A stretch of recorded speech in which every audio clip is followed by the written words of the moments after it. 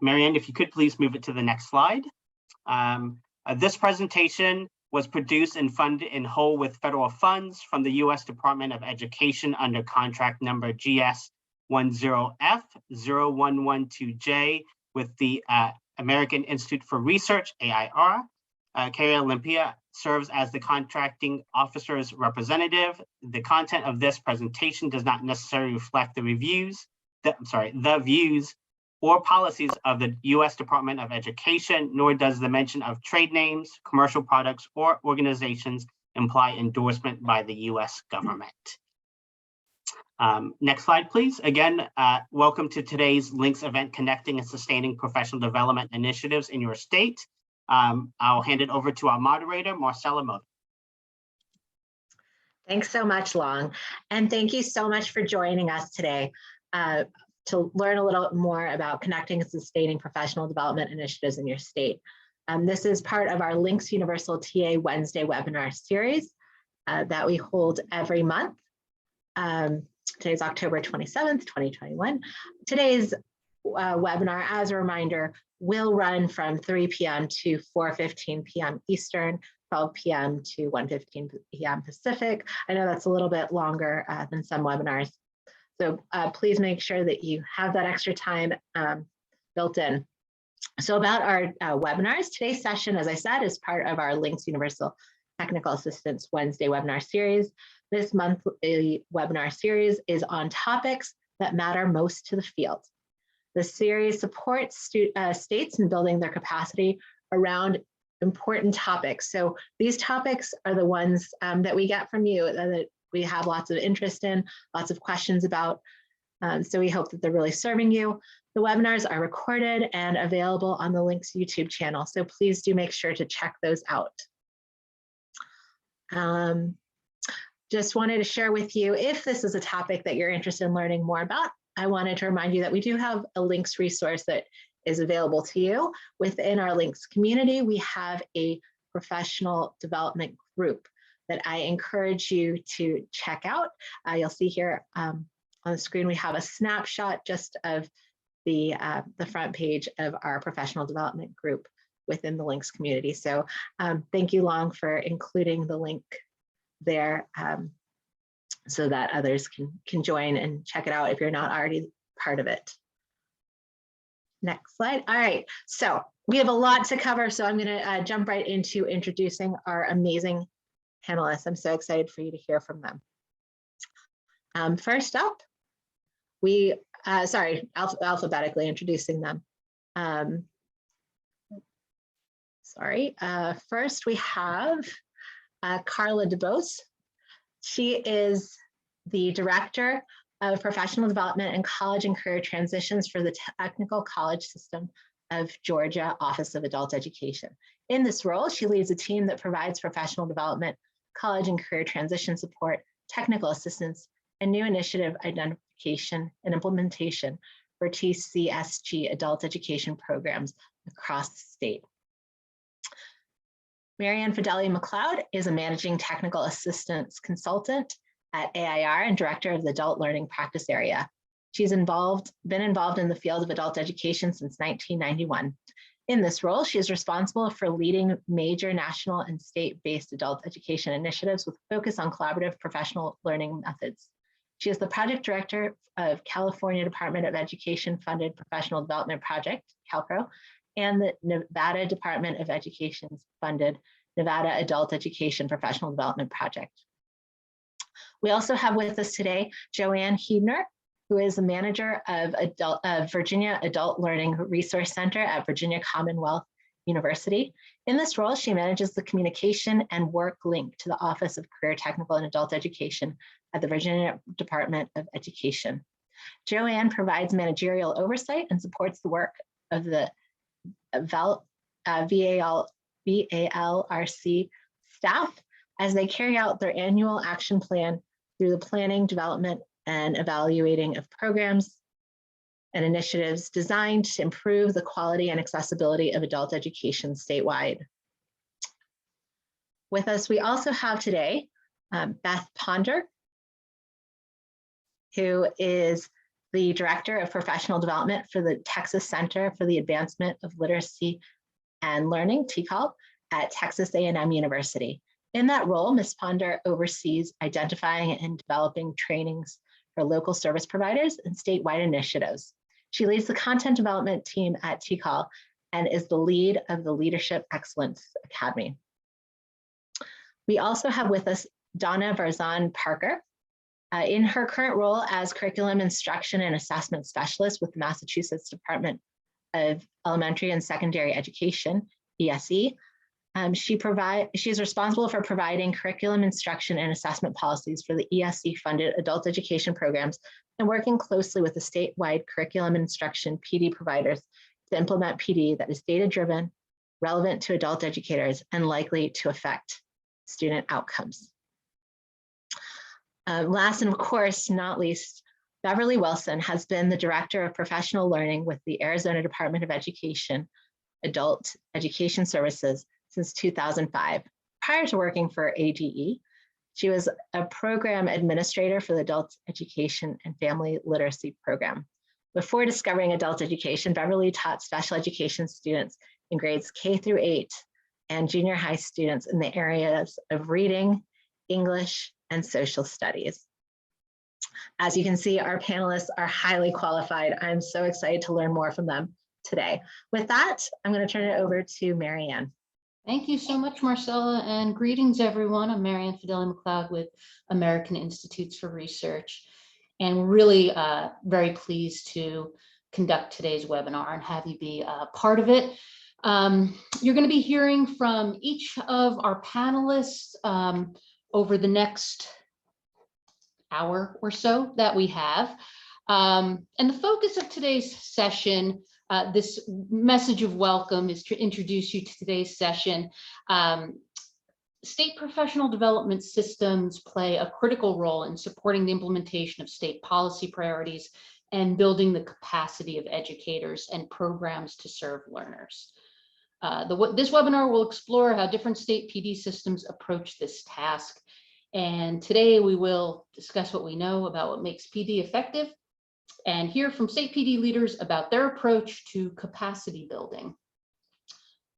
We're each going to give a little bit of background about the states that we work with, so there's a context for you to understand how our systems operate, the type of PD we conduct within those systems, and then when we get to our panel questions, which were developed in conjunction with the panelists themselves, our links project team, and finalized by our colleagues at Octave, you'll have a sense of the response to each of the critical questions, the context they're operating in, so that you could consider your own working context to apply any of what you've heard today from any of the stellar group we have with us.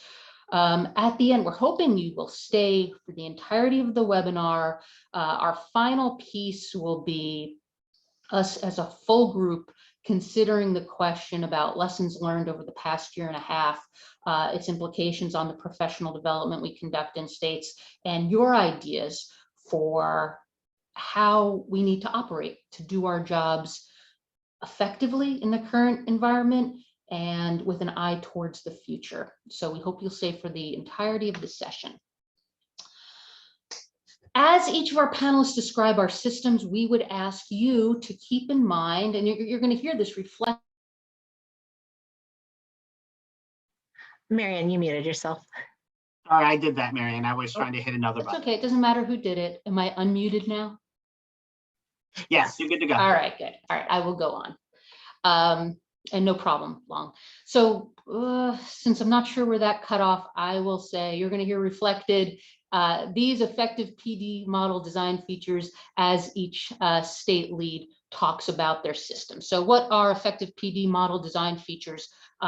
Effective PD is site-based, focused on student learning, based on needs assessments, followed up in the classroom through peer coaching or action research, directly linked to what the teacher does in the classroom and includes job-embedded learning, is results-driven, is systematically linked to school or program goals, is curriculum-centered and standards-based, is collaborative, sustained, rigorous, and cumulative and seen as continuous professional growth, or part of continuous professional growth, and followed up with coaching and TA support, technical assistance support to participants. And you can find out more about sort of foundations of effective PD at the link that's posted at the bottom of this page, an AIR Adult Education Research and Technical Assistance Center page. Okay, so each of our presenters will have a chance to introduce themselves and say a word about their state systems. I will lead off. I do professional development on behalf of the state of California and Nevada, and so I'll say a brief word about each. I think we're each going to have about 2 or 3 minutes to go through our few slides. So in the state of California, the California Adult Education Program supports the following adult ed program or areas offered throughout the state through state and federal funding: adult basic ed, adult secondary education, English as a second language and English language civics education, short-term career technical education, adults with disabilities, adults entering or re-entering the workforce, adults in training programs to support K-12 child success. More than 1 million students enroll in adult education programs funded by the California Adult Education Program each year. There's a snapshot from our website on this slide that shows 72 regional adult education consortium districts. California has invested in its PD system for decades. The primary state-funded efforts include CalPro, OTAN, and CASAS. We develop PD for the state based on data gathered through surveys and collaborative engagement between the state, the PD providers, and educators. And our colleagues at California Department of Education and the California College Chancellor's Office, Community College Chancellor's Office. We seek to be planful and attend to emergent needs and priorities such as COVID-imposed online distance learning, immigrant integration with consideration for refugees as a current example of being responsive to needs in the field. I am the director of CalPro, the California Adult Literacy Professional Development Project. A snapshot from our website is on the right. And our California PD system objectives include to plan and provide high quality professional development in collaboration with CDE, California Department of Ed, other state leadership projects, and local service providers, to encourage and support the development of communities of practice and professional learning communities, and to improve the quality of instruction delivered to adult learners and ultimately to enhance learner outcomes. So CalPro is one of a few state leadership projects around PD.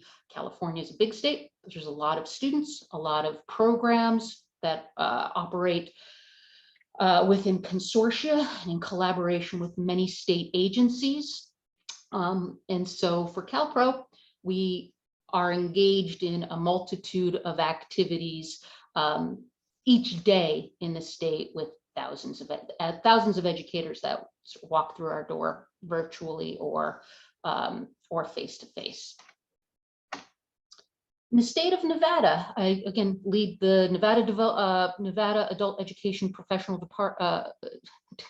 Development Project on behalf of Nevada Department of Ed. This is a snapshot from our website. The vision of Nevada adult education is that we will be a catalyst to empower and prepare Nevadans to achieve their life goals and aspirations. And our mission is that Nevada adult education will create innovative and responsive educational opportunities for diverse adult learners. And we offer through the Nevada Adult Education Professional Development Project, professional development and technical assistance that will support student success, teacher capacity building, administrator capacity building, and engagement with a multitude of stakeholders across the state. We're really fortunate in the state of Nevada to have these 7 grantees of Nevada Department of Ed that through the WIOA funded program: Catholic Charities of Southern Nevada, College of Southern Nevada, Great Basin College, Las Vegas Clark County Library District, Northern Nevada Literacy Council, Truckee Meadows Community College, and Western Nevada College. one of the great pieces about the Nevada Adult Ed Professional Development Project with a focus on the WIOA programs. And there is another sector of adult education in the great state of Nevada that is state-based funding. For this WIOA funded piece, we get to really focus on deep tailored technical assistance as part of the work of the PD project. And finally, here's my final snapshot for our Nevada work. And this shows a little bit more about us. And adult education provides services to assist adults to obtain the skills necessary for employment and economic self-sufficiency for AFLA-funded partners. Nevada Department of Ed is run by Nancy Olson and Ariana Florence at the State Department. And these are, in the snapshot, you'll see the partners we work with in the state to offer our PD.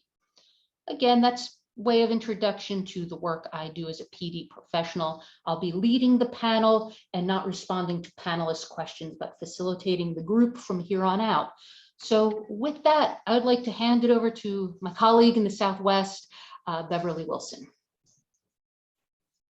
Thanks, Mariann.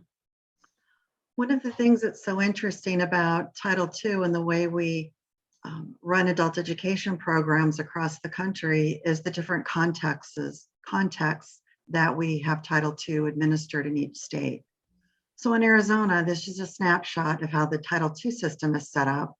Our system is Arizona at work. We function under the Arizona Constitution and revised statutes. And this visual just shows how this is broken out. So our Title II services are actually administered under the Department of Education.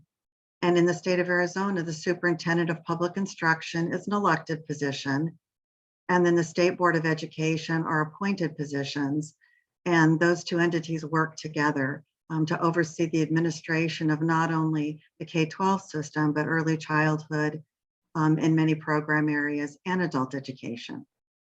And so in our Constitution, under the Arizona Department of Education, Title II services falls, and that's where the Workforce Innovation and Opportunity Act requirements come into play. Cheryl Hart is the State Director of Adult Education in Arizona. And then our required partners under WIOA fall under the Governor's office. And those are administered through the Workforce Arizona Council that oversees the system. And then we have Title I, Title III, and Title IV as part of that required partner system. So it's an interesting context, but it's an important context because we are under the Department of Education. We are very focused on delivering those services that we need to ensure that our adult students have the skills necessary to advance to post-secondary education and career pathways. And here's some fun facts about Arizona. So we have 15 Arizona counties and 12 workforce boards. Our state actually we're the 6th largest state in the United States, and we cover nearly 114,000 square miles. So we have to do a lot of driving, especially in our rural areas. There's many adult education providers around the state that deliver services under the WIOA grant contract. We have 20 state-administered adult education providers. They are associated with community colleges, LEAs, community-based organizations, and then we also have 2 probation programs that are funded in our state under the current grant contract. Each county has at least one Title II adult education provider. And prior to the pandemic, what we're calling pre-pandemic, PPE, 13,000 to 14,000 students were enrolled per year in the grant-funded programs throughout our state. Since the pandemic has hit, the last 2 fiscal years, that enrollment has dropped to about 4,100 to 4,500 enrolled students. The Arizona Department of Education State Office oversees and administers the state's professional learning system. And there are approximately 500 adult educators employed in state administered programs, and 80% of those are part-time. And thank you to Long for dropping that link in to the Department of Education resources. So this is a visual snapshot of what our professional learning system looks like. It is a standards-based system, and we ensure that the standards are integrated into the components of the system.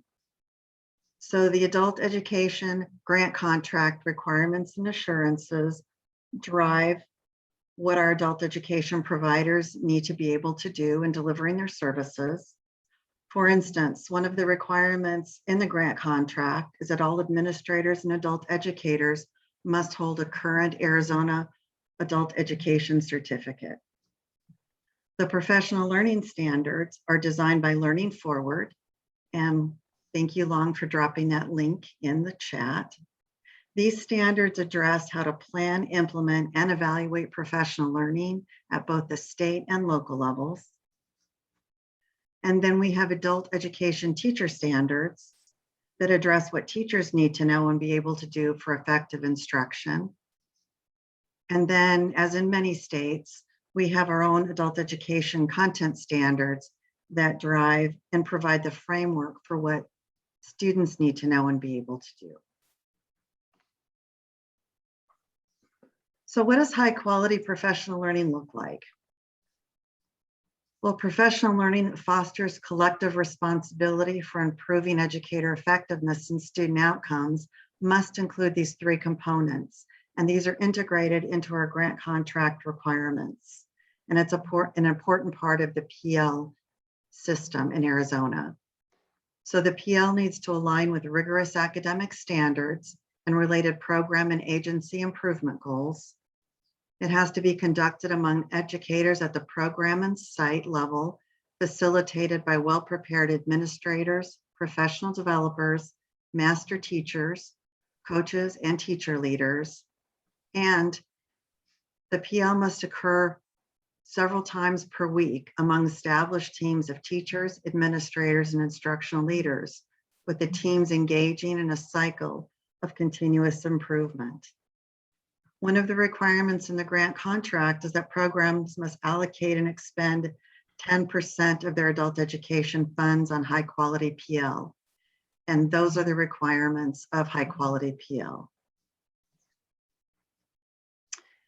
In addition, these are the important parts of this webinar and what we're talking about today. We can have a lot of initiatives rolling out for state leadership, but how do we connect them and sustain them? So this visual is just a quick representation of the WIOA required and permissible activities in Arizona, some of the national leadership initiatives, how they align to the state leadership initiatives that we select, and there are foundational ones that we continue year after year that are part of our PL system. And then what that looks like at the local provider level as our local programs plan their professional learning. So here's some examples in the national leadership initiatives, things like STAR, the IDEAL Consortium, the Leadership Excellence Academies, which is now LEAD, TSTM, Standards in Action, the IET Design Camp, and then the National Reporting System and Data Training. And this is how they all work together and support each other. And we'll talk more about this during the panel discussion time. Carla. Thank you, Beverly. And with that, I would like to introduce from the great state of Georgia, Carla DeBose. Carla, if you can come on camera. I am here. All right, it's all yours. Thank you. And thank you, everyone. And thank you, Beverly. That was a wonderful presentation, and so much of it echoed around the things we do here in Georgia. The Office of Adult Education, sit under the umbrella of the Technical College System of Georgia. And for us, that makes us a part of the four-legged stool, which really positions us uniquely because the four legs include technical education, adult education. We have a sister agency called Quick Start, and they specialize in doing technical training for industry. So that's interesting. as well as the WorkSource, the state WorkSource agency also sits under our umbrella. So that really gives us access to a lot of subject matter experts, resources, and just plain knowledge that helps to then support our students as well as our programs. The Office of Adult Education offers adult basic education, adult secondary education, of course, high school equivalency preparation and testing. We do ESL instruction, integrated English literacy and civics education, or IELCE, family literacy programs, workforce training through integrated training and education, IET, we all know that one, as well as corrections education. And the OAE, Office of Adult Education, we provide service to all 159 counties across the state of Georgia. And we do this through 30 adult education programs. We have 22 adult ed programs located in the technical colleges across our state. We have programs within 4 K-12 school systems, as well as 4 community-based organizations. A little bit about the demographics of Georgia. You know, we have a little smattering of everybody and everything. And so when we look at student gender, we have 64% of our students are females, 36% are males. When we're looking at race, ethnicity as well, we have 7% that are Asian, 36% that are African-American or Black, 31% white, 22% Hispanic, and we have 4% other. What is really interesting to me about when we talk about the demographics of the adult ed programs, we do have some programs that service students that represent over 164 countries. So within one program, you may have the whole diaspora. So it's really exciting when we work with those schools. And when we look at our student age range, we have 18% fall between that 16 to 18-year-old age range. 20% are 19 to 24, 44%, 25 to 44%, 44 years of age, 11% fall between 45 and 54, and 7% of our students are 55 plus. So we do not discriminate. We serve everybody around the circle. I'm going to share with Georgia, we did a little bit different take when we were asked to speak about professional development, because one of the things that happened with us as we grappled through the pandemic, and we were trying to work with our students as well as our instructors and our programs, and the implications of the pandemic, it really made us step back and really re-examine who we were and how we were presenting ourselves to our students and to our programs across the state.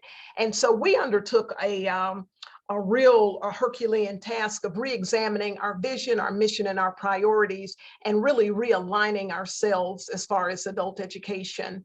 And so our vision is to be the #1 provider of adult education services that can help any adult build a bridge to a better future. And our mission is we are a world-class provider of adult education for all adults seeking to improve their lives, regardless of their zip code. And that was very important to us when we started looking at where we had gaps in accessibility and students that didn't have internet access and this, that, and the other. We wanted to make sure that we were able to provide professional development and adult ed services, no matter where you lived in the state of Georgia. So if you're in Metro Atlanta or if you're in South Georgia, it did not matter.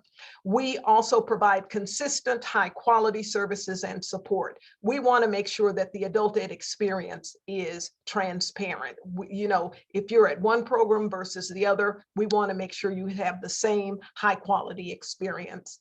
And lastly, our priorities, we deliver high quality services and we improve adults' lives. And we then started working on what are our core beliefs. You come up with your mission and your vision, but then you really have to ground yourself and level yourself. And so as far as our core beliefs, access for all. We believe that access to high quality, supportive adult education services to aid in achieving educational and career goals is a universal right, not the right of some, be it geographic or zip code or this, that, and the other. Everyone has that right to have access to our services.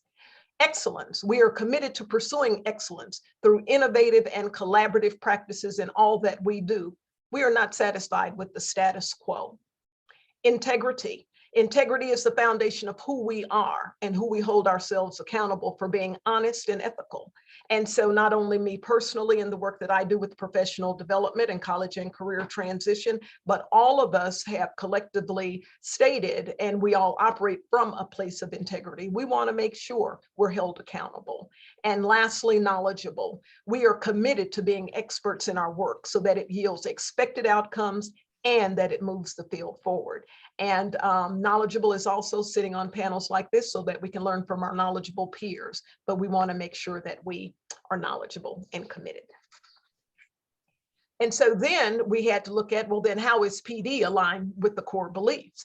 And so Georgia OAE offers professional development and technical assistance to all of our adult education instructors, program administrators, and program staff. And that means full-time, part-time, volunteers, core partner agencies. We believe it's access to all, everyone deserves it, and we're going to provide it. Professional development is evidence-based, and it's aligned to not only the CCR standards, but the ELPS standards, and just making sure that it is evidence-based, it is rigorous, and it is needed, recent, and relevant. Training and technical assistance is delivered by knowledgeable subject matter experts and practitioners. Statewide and local needs assessments inform all of our PD deliverables. We don't just sit around and make up things to go out and train on. We want to make sure that we are in alignment, not only with our federal initiatives, our state initiatives, but also our local initiatives. So it is data driven. And lastly, evaluations provide 360-degree feedback to ensure efficacy and continuous improvement. And so when we talk about professional development, delivery, and technical assistance here in the state of Georgia, the support and the training provided are varied, and they occur throughout the fiscal year. We organize our training around 5 modalities. Facilitated online training, of course, that's courses that may span multiple weeks. Self-directed online classes, and those are the classes that can be completed within hours, so they can pop in, pop out. We have live webinars where we have a single main presenter at a time, and we hone in on a topic and a focus. We have virtual events, so we'll have multiple presenters or concurrent sessions. And then we will have in-person events. And of course, everyone is really hankering to get back together face to face since we haven't seen each other in a while. And this is where we will have multiple presenters or concurrent sessions when at all possible. Thank you so much, Carla. Appreciate You're welcome. you joining us and presenting, and we'll be seeing you in the panel soon. Mm-hmm. Next, Donna, I see that you've joined by video, and it's all yours.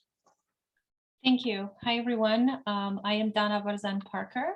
I am the Curriculum and Instruction and Assessment Specialist with the Massachusetts Department of Elementary and Secondary Education.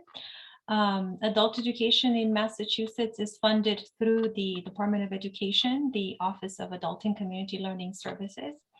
Here's a little bit of kind of a at a glance view of what we fund. And so this office oversees about 80 community adult learning centers that provide adult basic education services, ASD services, ESOL as well, and adult diploma programs throughout the Commonwealth.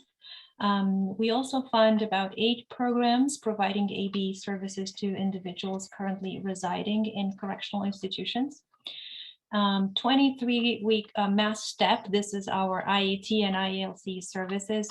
Mass STEP is a recent rebranding of the IET and IELCE. So about 9 AB and 9 IET and 9 ESOL Mass STEP programs throughout the Commonwealth. We also fund a handful of workplace education programs that provide instruction below the post-secondary level for working adults at the workplace, as well as college transition programs, 10 of them, programs at Massachusetts community colleges that offer intensive advising and instruction for adult education graduates transitioning to college. In Massachusetts, we have what we call 2 pay-for-performance programs, where AB and ESOL students obtain an industry-specific credential by participating in training and education and or employment. And lastly, 1 statewide primary instruction by volunteers program where instruction is provided in both AB and ESOL by well-trained and well-supported volunteer tutors at various locations throughout the Commonwealth. Before I describe our PD system, I'll talk a little bit about the standards that we have for professional development in Massachusetts. I'm showing here on the left a screenshot of the summary of the Massachusetts standards for high quality PD. We have 11 such standards, but I will talk about only 2 overarching guiding principles and the standards under those. So in Massachusetts, we believe that high quality PD should be designed for adult educators, should respond to the range of adult educators' experiences and the diverse needs of adult learners. It should be based on student-centered, data-driven goals and objectives. And high quality PD should be a set of coherent and purposeful learning experiences that are not only structured, but also sustained over a longer period of time, should be provided by highly knowledgeable content experts, should promote educator collaboration and sharing, and of course, it should include assessment and application of learning in the classroom. You see here just a little bit of our PD system at a glance. In Massachusetts, we have been investing in the professional growth of our educators for over 30 years through our adult education professional system, which in short we call SABES. And SABES consists of 5 statewide PD centers that function, and this is really important to us, function as a coordinated system. These are 5 different providers that we fund, but we have a set of priorities and common goals that help us move together in sync. So as part of the SABES, there are 3 curriculum and instruction centers that support math instruction, ELA instruction, and ESOL instruction throughout the Commonwealth. One program support center with several buckets of work and a communication center. The priorities of the PD system are number 1, alignment with the Massachusetts standards for high quality PD that I mentioned in an earlier slide, alignment with Massachusetts learning standard, content standards, as well as professional standards, and of course, alignment with state policies and priorities. The system provides a lot of flexible PD delivery options. We have intensive and non-intensive PD online, in person, or blended. We have not resumed in person yet. This was before the pandemic. And also program-based customized PD and coaching. Now we are placing, of course, high emphasis on intensive PD and support for remote teaching, advising, and learning in the current context, and integration of diversity, equity, and inclusion into PD content delivery and resources. And last but not least, implementation of the educator growth and effectiveness model. The state office and the SABES PD work collaboratively to ensure consistency in the messaging and implementation of the policy. So there are liaisons to each of the PD centers, and in the state office, for example, I'm the liaison to 4 of the PD centers, and there's also 1 staff in the state office that oversees the overall PD coordination. I think you can go on please, on the previous slide. Oh, my apologies. Thank you. This is a screenshot of the 3 curriculum and instruction centers that offer professional development in a variety of formats across the state: virtual, synchronous, and asynchronous, and hybrid. Their priorities are to strengthen practitioner content knowledge, CCR SAE implementation and contextualized curriculum, and also implementation of the Massachusetts English Language Proficiency Standards, adult education curriculum review and feedback, PD related to effective instructional strategies, support for adults with learning disabilities, integration of digital literacy into PD content and delivery, and integration of anti-racist and culturally responsive and sustaining practices in all PD offerings. This is a screenshot from the our PD website, sabes.org, this of the Program Support Center. This is one of the largest PD centers that we fund, and it is responsible for many buckets of work. They mainly work with support program directors and educational leadership, but also student recruitment, enrollment, and persistence PD related to those topics, career pathways and workforce initiatives, education and career advising, digital literacy and distance education, scheduling support for MIS trainings, our LACES system, and professional licensure support, as well as ADA resources and training. We also fund a smaller center, which we call the Communication Center. This is responsible for the maintenance and functionality and security of the PD system website, with the online calendar and registration and the resource library, as well as PD promotion to our field via social media, newsletters, and email notifications. And I think with this, my time's up. Thank you. Thank you, Don. Thank you, Donna. Much appreciated. Beth and Joanne, I think we have each of you with a couple slides, and I'll apologize. I'll just ask you to, if you could go through your slides in maybe 2.5 minutes each. I'd be much obliged. All and right. Beth, we have you for Texas. This is what happens Okay. when you're later in a presentation. So go for it. Thank you, Mariann. Okay, just a little bit about adult education in Texas. We are housed at the Texas Workforce Commission and have been since 2013, having moved over from the Texas Education Agency, which positioned us really well with the Workforce Innovation and Opportunity Act coming in and us having all of our stakeholders under one agency. We are divided. The local grantees receive awards, and the services are delivered based on the workforce development areas. And the map that is on the screen was taken from the Texas Workforce Commission website and shows how those workforce areas are divided up. We do have 37 adult education and literacy grantees, though many of those are consortiums. So some of the larger, more populated areas may have multiple providers underneath one grantee. And the grantees vary. They include community colleges, independent school districts, workforce boards, education service centers, and community-based organizations. Now, as far as our professional development system, we have 3 parts. The statewide Professional Development Center, which is here at TCAL, and we've just added a Career Pathways Center, and that award went to Education Service Center 6. And then we also have a new Distance Education Professional Development Center, which will be here at TCAL. Just a little bit about what we do. We do have professional development specialists that are with each of the caseload of each of the programs across the state. We help facilitate regional training, statewide training, and PD recommendations for each of the programs as they do a PD plan each year. And then this slide is a screenshot of our professional development portal. It's the Texas Adult Education Literacy Professional Development Portal, but we call it the PD portal for short. And through this portal is kind of the hub of PD across the state. This is where all participants register for training. This is where they go and get online courses. This is where they go to launch webinars.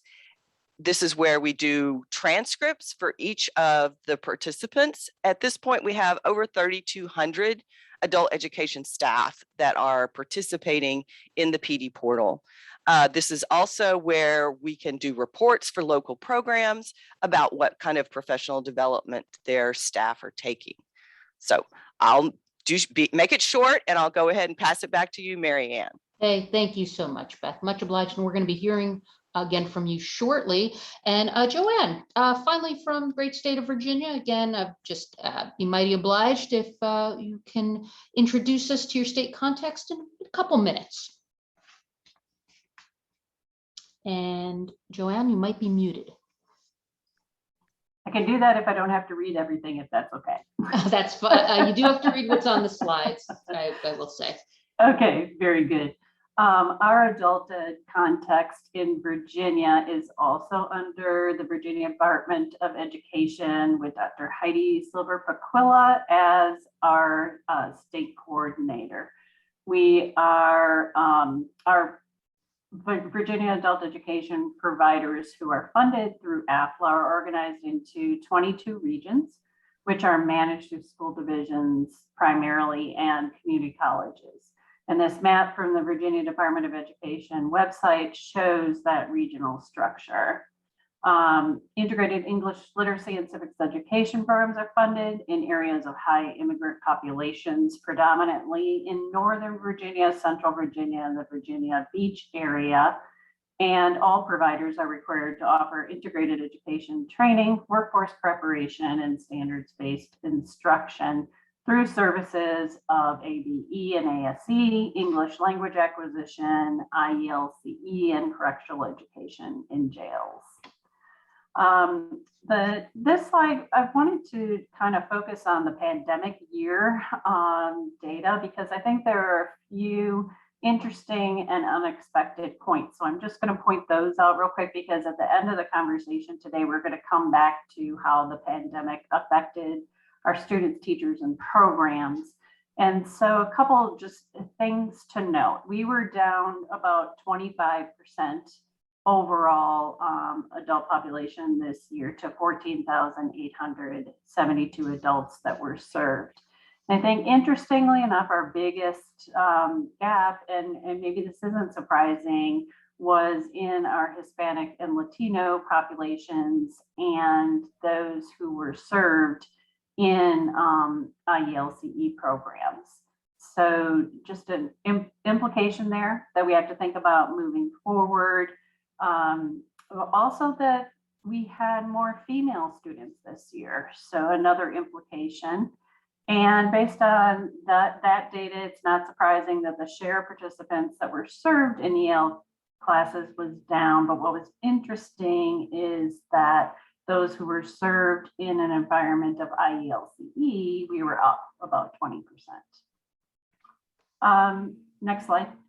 So we are the Virginia Adult Learning Resource Center, or VALRIC, or VALRC, or whatever name people want to call us as our acronym, serves as the statewide leadership activities in terms of doing professional development throughout the state. And the mission of the VALRC is to equip the field of adult education and literacy with the essential skills and resources they need by being innovative and providing effective training, and all within an equitable mindset. Our goals and activities fall under 4 main topic areas: PD and training for instructors, for program managers and specialists, monitoring and evaluation of our internal quality and effectiveness, and aligning and networking with one-stop partners. So in a nutshell, the work of the VALRC is to collect, connect, and grow. We collect and disseminate knowledge and practice building resources to provide targeted and just-in-time learning. We connect people to programs and networks that build and strengthen adult education's role as a workforce partner in Virginia. And we grow professional skills and capacity to improve programs and impact lives of adult learners. Some of the things that we've done are models and frameworks such as our SBI in Virginia roadmap and our IET blueprint, which helps both program managers, instructors to deliver with those practices. We operate the State of Virginia GED website and a GED helpline for those looking to find programs. And we supported the development and expansion of Plugged In Virginia, which is a well-known Virginia-based career pathways program for adults. And I'll let it go from there. Hey, thank you, Joanne. Much appreciated. And now we're going to move on to panel questions. Many of you in the audience hopefully have seen reflected those effective PD principles in the description of the offerings through each of our state PD systems, and get a sense of really the seasoned, experienced assets that these folks bring into each of their states. And so with that, I'm going to go to our first panel question and invite Donna, Carla, and Bev to come on camera. And in very brief remarks, if you can say a word that elaborates on any of what you've already shared, how can PD support and play a role in the implementation of state policies? And so, Donna, let's start with you. Donna, let's start with you. Okay.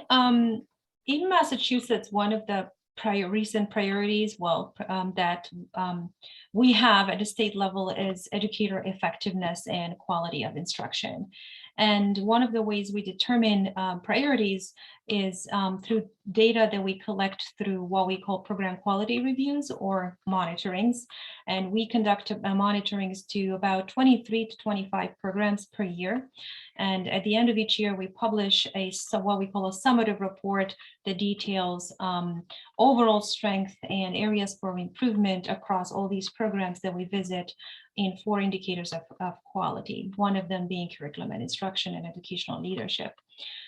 So the state liaisons, the liaisons to the PD center that work in the state office, work collaboratively with the PD centers to implement the priorities identified in those summative reports, and hence the educator effectiveness priority. And one way we do that is through PD targeted on educator effectiveness, targeted to teachers, and also PD targeted to program directors on professional standards. In Massachusetts, we have 2 sets of professional standards that define what effective teachers should know and be able to do in order to provide rigorous, culturally relevant and instruction that meet the diverse needs of all learners. And for example, I'll just give one quick example. For example, the ESOL PD Center has goals structured around the professional standards, delivery of PD on the professional standards, and has recently developed a website where the professional standards are introduced through an introductory video, and then the list of PD offerings for each of the standards for teachers. We also work closely with the Program Support PD Center to provide PD that provides PD and support on professional standards to program directors and teachers and coaches through the educator growth and effectiveness model. And there are several online synchronous modules on the EGE system that we have, a community of practices that are optional that can meet every month, as well as program-based coaching for those that want it. Thank you, Donna. Carla, how can PD support and play a role in implementation of state policies as you see it in the state of Georgia? Well, in the state of Georgia, when we are looking at state policies, we have to remember that the role of professional development is to inform, train, and support. And so when there is a new policy that needs to be rolled out across the state, what we do is, first of all, we determine the goals, the why, the when, the where, expectations of the policy, who needs to know about the policy, who owns the policy, who's going to support the policy, and we can craft the professional development to support that rollout. The next thing is we determine, is the training geared towards more of an awareness building? So I just need to let you know about the policy. Or, we have to look at it all the way through. Is there a skill building component, and there's something that you're going to need to do as a result of the policy?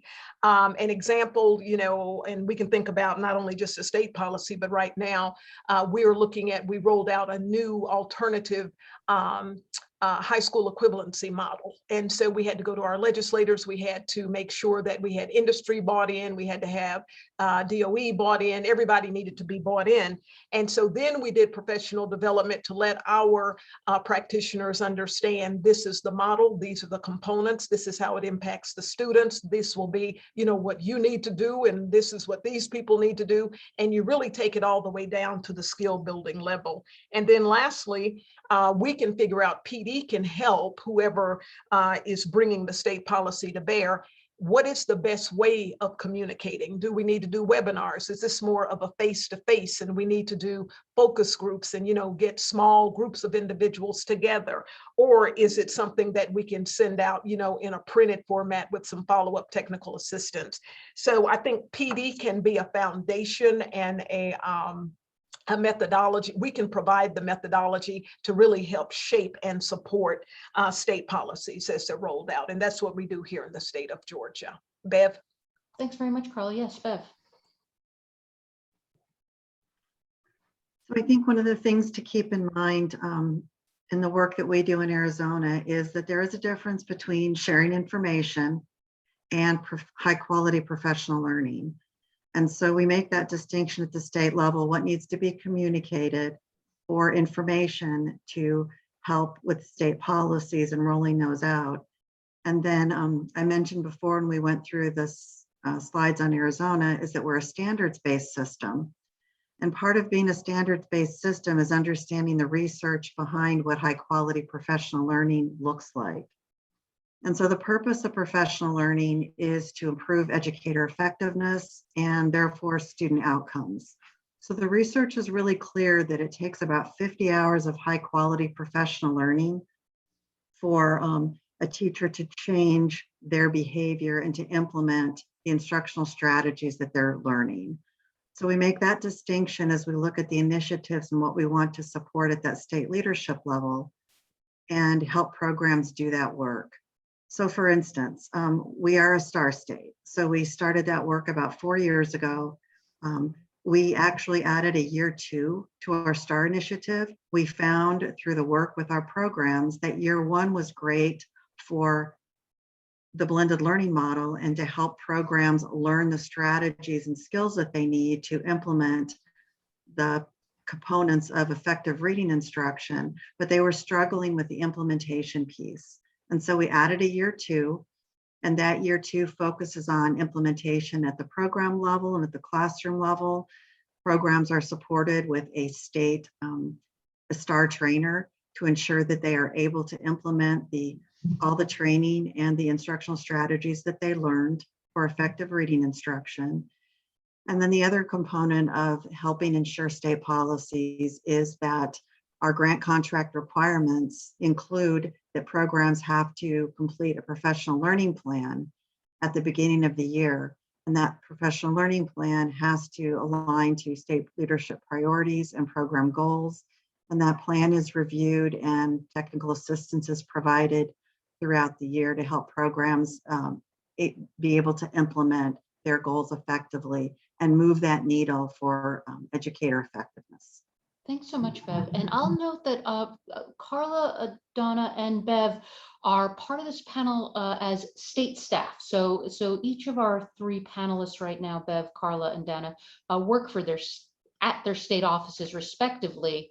And so that's why they are focusing on these 2 particular questions. Bev, continuing on, if you don't mind, since you're on screen, our next question, how can PD systems both manage multiple federal initiatives and sustain previous PD efforts? So we all have a lot that we're juggling. We want to make sure these things are coherent, and you are muted, but I would love if you came off mute. Yes. All right, thank you.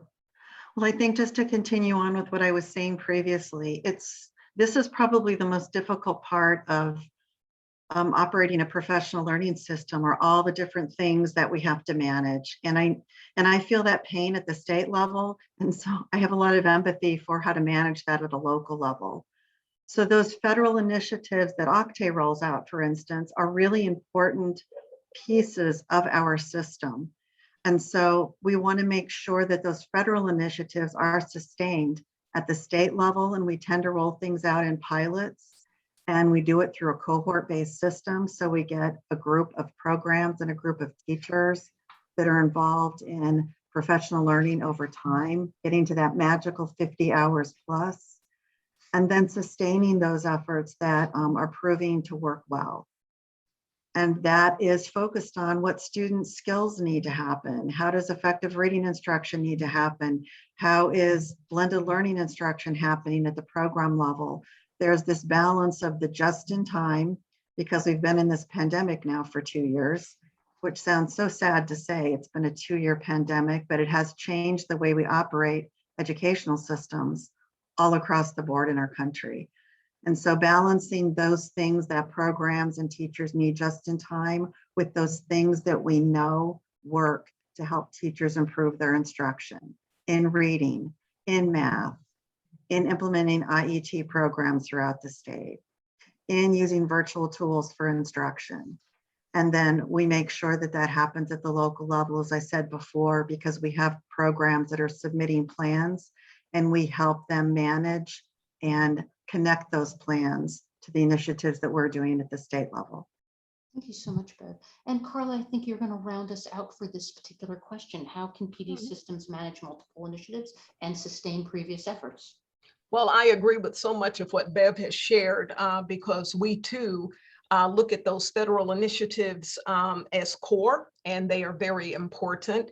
And what we do and what we have learned, and this really goes into the sustainability portion, is to be very clear up front about what are the clear expectations of the initiative, what are the expected outcomes, and who is going to own it. We have to make sure that that is clear. So from the state perspective, we make sure that we have owners, and when we cascade down to the local level, we make sure that we're clear on where does it need to sit and who's going to be held accountable for it.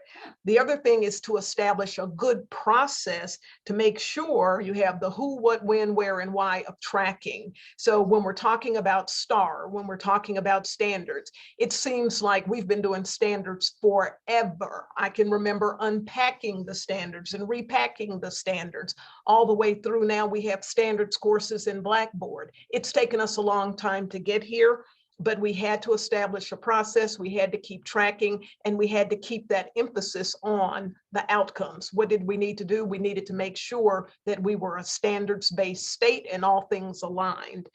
The other thing is we have to build in evaluation. I have to make sure, and you have to have pre-established intervals, and then you also do evaluation on the fly, because if it is not effective, or if a program is not being held to the the purity of whatever we're trying to roll out, it doesn't work. And also you have to make sure, is it making a difference? And is it making the right difference? Because a lot of change and a lot of initiatives, they will cause things to change or to ripple up, but it doesn't necessarily mean that that's the change that you want. So you always have to keep an eye on that, evaluate, and then be able to pivot, come back, and reestablish if you need to.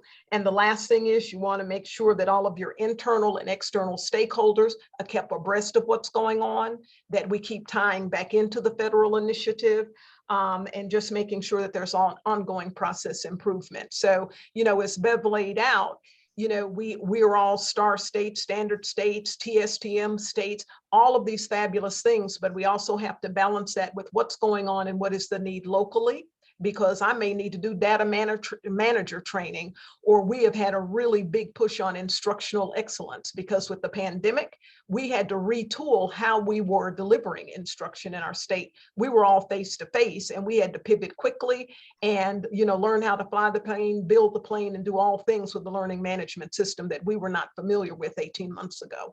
And so we really had to hone in on that. So we're always in a process of continuous improvement. So I think that's some of the stuff you have to think about when you're managing initiatives. Thank you so much, Carla. And I think that nicely transitions us to a discussion from managing the multiple initiatives we need to using them and other PD efforts to build capacity. And I'd like to invite Beth and Joanne to turn on their video. And Joanne and Beth, we have a couple of related questions. How do you go about understanding the diverse needs of program administrators, teachers, any stakeholder that you serve in your state? And then once you understand that need, how do you address needs broadly through PD?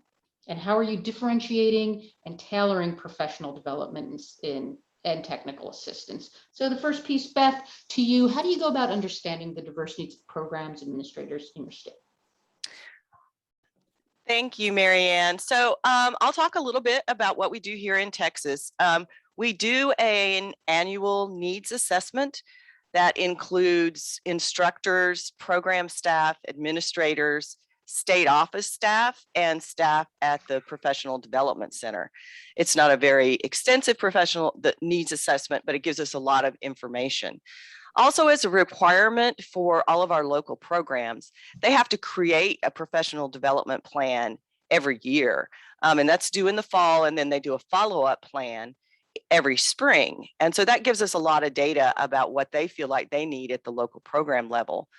And then we have professional development specialists on our team that are assigned a caseload to each program. And as part of creating their professional development plan, our staff creates PD recommendations. And that's based on looking at their data, site visits, program meetings. And then one of our deliverables as the PD Center every year is a statewide set of PD recommendations. And so we look at all of those things that I've just mentioned, the needs assessment, the PD plans, the recommendations. And then we also go and look at data, and we pull data from Teams, which is our data management system for the state of Texas, as well as any surveys that we've done throughout the year, because often we'll have a particular need that we need information about, and we'll do a survey. So this year we had one on reading and learning disabilities that got us some wonderful, wonderful information from instructors. And then the other piece for us on understanding need is the evaluation piece, which I believe Carla mentioned, because we do evaluate all of our training, online training, virtual training, face-to-face training, and we roll up all that evaluation data, and that goes into how we're looking at and identifying needs. Thank you, Beth. Joanne, to this question, how do you go about understanding diverse needs of programs and administrators in the great state of Virginia?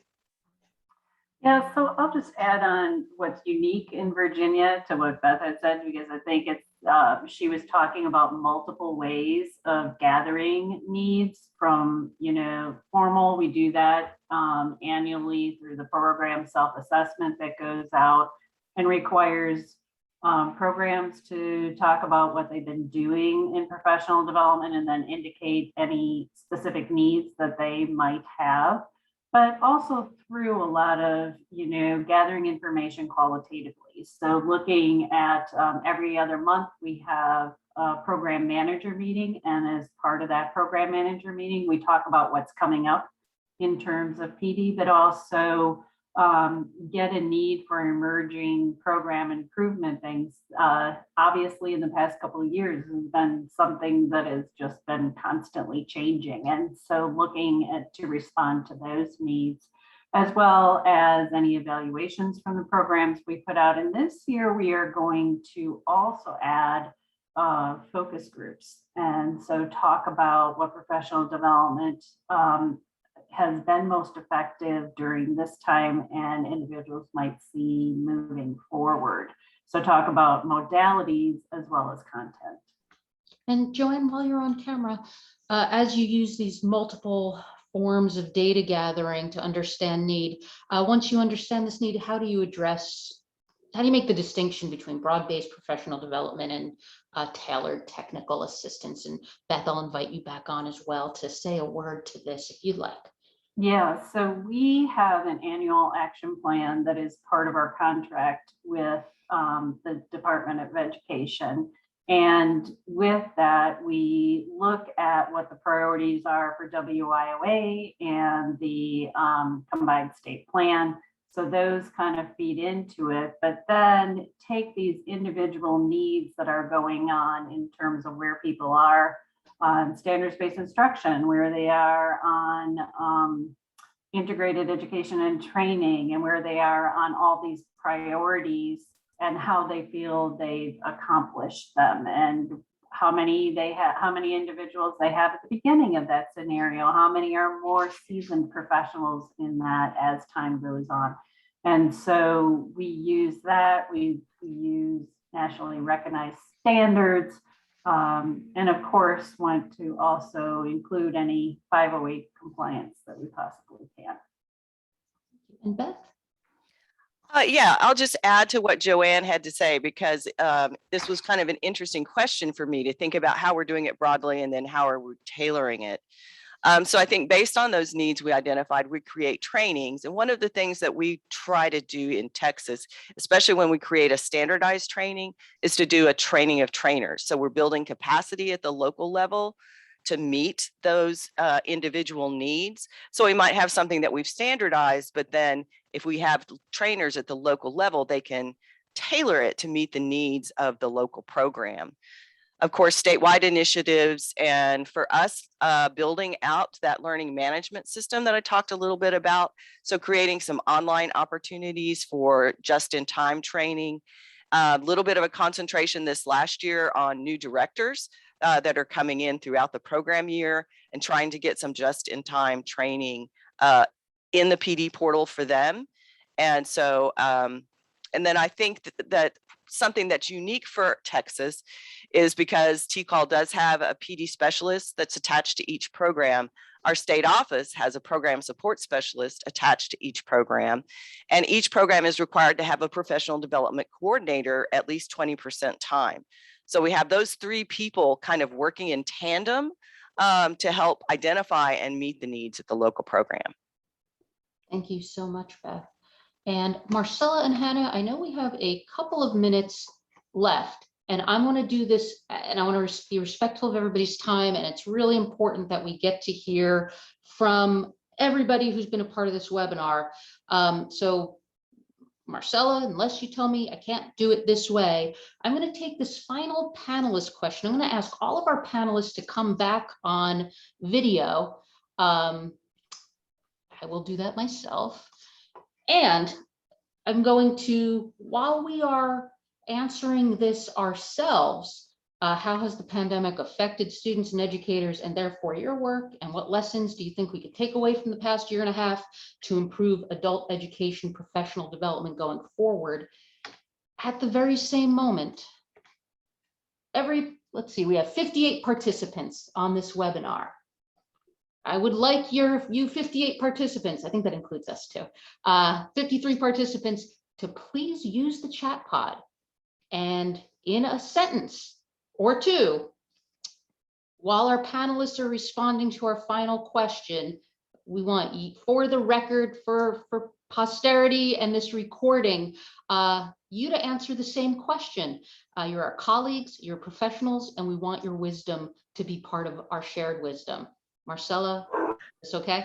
Mariann, I'm going to ask that I'm going to ask that the panelists also put their responses in the chat. Everybody just go ahead and stick those in there since we're out of time. And if we can go to the next slide, I can go ahead and wrap us up. You will wrap us up. So panel participants, colleagues who are part of this session, what lessons can we take away from the past year and a half to improve adult education professional development? This will be our collective wisdom captured in the chat. I'm going to open that chat.